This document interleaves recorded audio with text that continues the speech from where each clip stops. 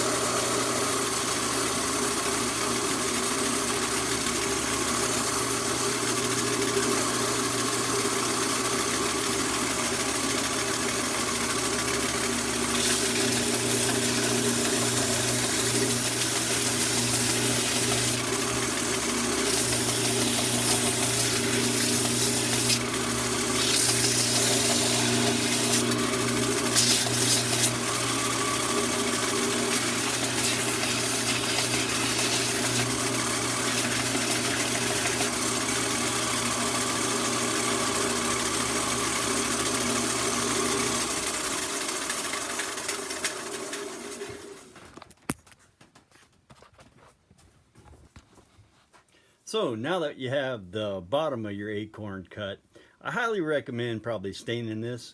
And that's up to you. I like the darker colored stains for these. However, I'm not going to stain these because I really don't have the time tonight. But that would be my next step. Once I have this part here, I would stain this, because you're going to have to sand it anyway.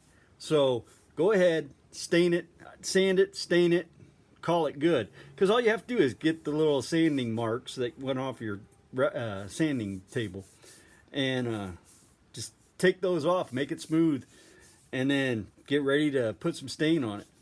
I really don't have time for it tonight, so I'm going to jump right on the top of this acorn because it takes a little time to cut. And the lighting around here is, I got a storm coming up, so I'm trying to hurry up and get this done. So stand by. Meet me at my table saw. Okay, folks, I highly recommend doing this to your piece so you don't get hurt. So this is going to be the top of your acorn. And you're going to cut little lines going down this way. And you're going to make several of them, and then you're going to end up going the other way. I'm going to have to change the piece once it's all said and done. But with this piece, I'll be able to run it across my table saw at that height, and I'll be safe. I don't have to worry about trying to figure out where to line this up so I get a straight cut for all these little lines I'm going to put in it. I'm going to move it either an eighth or a quarter every time on my saw. So when I tried to do it freehanded, they would come out in triangles and all kinds of different little designs. Like on the first one I did that you guys seen on TV, but I kind of rethought my thinking on this. I was like, how am I going to cut that to where they're straight and they look right? Because when I look at acorns out off a tree, they're usually in pretty symmetrical lines, and I kind of like that. And me being a Marine, it's an OCD thing. Anyway, meet me at my saw. We're going to try this again.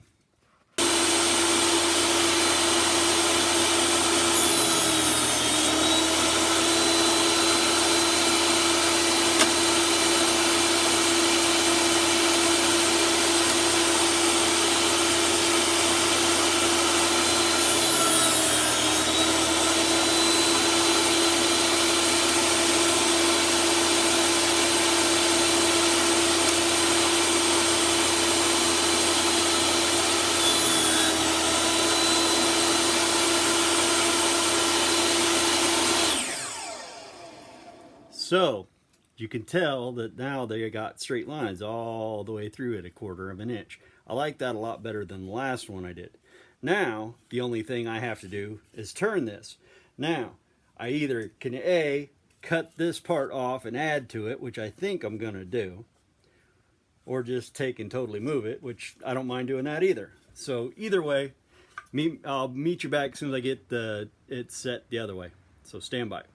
Now, once you get done, it should look something similar to this.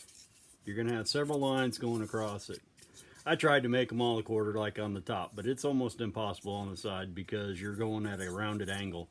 Now, what I'm going to do is I'm going to cut quarter-inch grooves all the way to about here, to about an inch. That's going to be my cap, maybe 1.5 inches. But I'm going to do quarter-inch. I'm just going to rotate it on my saw, keeping my fingers away because I don't want to get my fingers cut. But I also set my table saw up, and I'm only cutting 1/8 or 1/4 of an inch. It's barely going to skim this. All I'm doing is barely cutting into this because I'm going to make it look like this. So you want to go to where it comes up, maybe, let's see. I want to say it's about 1/8 of an inch. That's all I'm going to give it. But I'm going to start my table saw. When I set it up, I'm going to start it at 1.5 inches back. So right now my board's at about 6.5 is what I'm starting at. But I'm going to bring it in 1.5 inches. So I'm going to start right there, because that's where my finished cutoff's going to be anyway. And I want to start there just to see how this is going to work. I haven't did this in a while, so anyway. I'm going to start this again. Here we go. So, you see my saw. I got it set at about 1.5 inches. from the blade. Right now I'm set at 1.5 inches. And I'm just gonna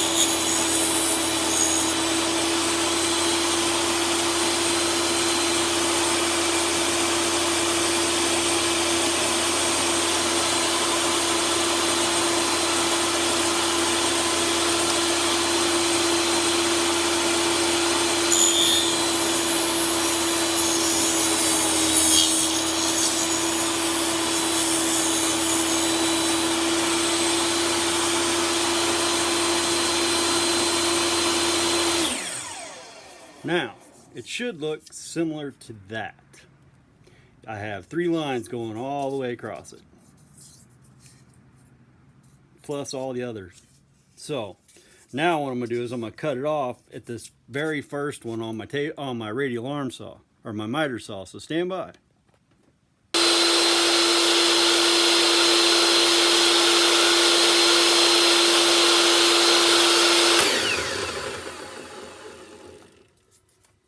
So, we end up with this. Now, I'm going to take this over to my sander real quick because it's a little rough. You can see little sticklers on there every now and then. And there is a couple little pieces that come out. There's nothing you can do about it. But it's the best that I could do to make that up. I could hand cut it. It would take forever and a day. That's why I used the way I did it. And folks, if you don't feel comfortable with that, I'm sorry. That's how I did it. And everybody's wanting to know how I did it. So that's how I did it. Now all you have to do is take the bottom, which I'm going to get. I got to get it, stand by. Now, the part that we cut off for the top has this, it's sharp along this edge. So I'm going to try to take that out without breaking all these off. Hopefully we can do it.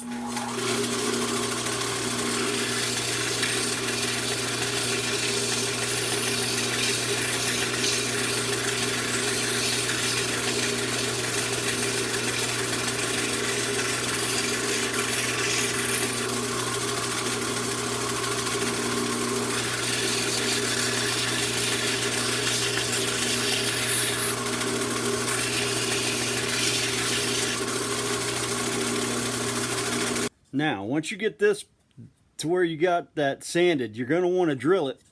So I drilled it from the bottom and drilled up through the middle as close as I could anyway, because I don't want to go through the top because it ends up breaking all those out if you go the wrong way at it.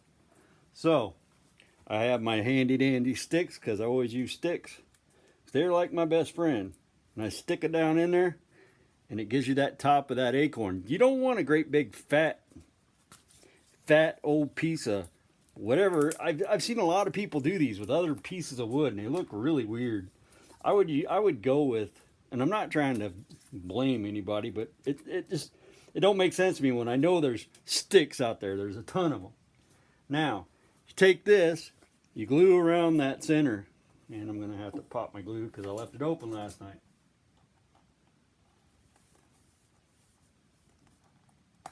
There we go. I'm going to take this and I'm going to squirt it on there, give it a good generous coating of it. It can go down into that stick and it won't hurt it none. It'll make it stay. Then you're going to take the base and you're going to put it on just like that, and you're going to put a clamp on it. Whatever clamps you got, I'm going to use quick clamps when I find one. My shop's a little disarray. I have to get going, folks. I really hate to cut this video short, but I hope you liked it. And like I said, it'll take a little bit to dry. I would also advise staining this part first, because it's really fun to do, and it does take a little time doing the top. And if you guys could come up with a safer way to do that top, let me know. But that was the best way I could come up with it. So like I said, if you like this video, like and subscribe. I'd appreciate it. Thank you.